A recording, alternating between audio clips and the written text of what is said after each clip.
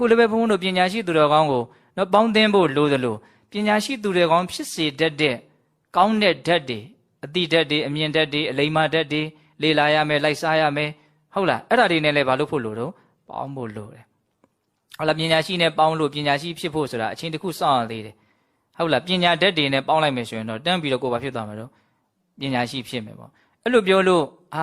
ပညာရှိနဲ့ပေါင်းရမယ်ဆိုတဲ့ဒေသနာကိုဘုံဘုံတို့ကကြော်လွန်ပြီးတော့ပြောနေတာမျိုးမဟုတ်ဘူးနော်ဒါ